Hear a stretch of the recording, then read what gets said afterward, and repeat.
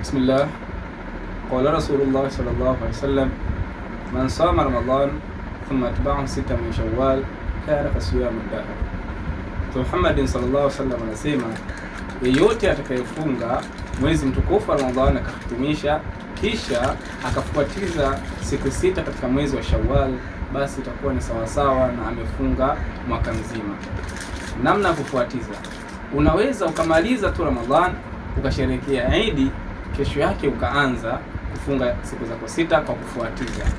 Au namna nyingine, unaweza katika Shawwal yote siku 29 au 30 ukachagua siku zako sita tu ukafunga, basi nawe unahesabika kana kwamba umefunga mwaka mzima.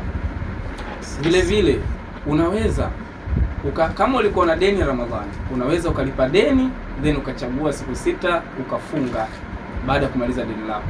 Au unaweza ukafunga siku sita katika Shawwal then ukachagua kulipa deni ya Ramadhani katika mwezi mwingine tofauti na Shawwal, lakini iwe ni kabla ya Ramadhani ya mwaka unaokuja.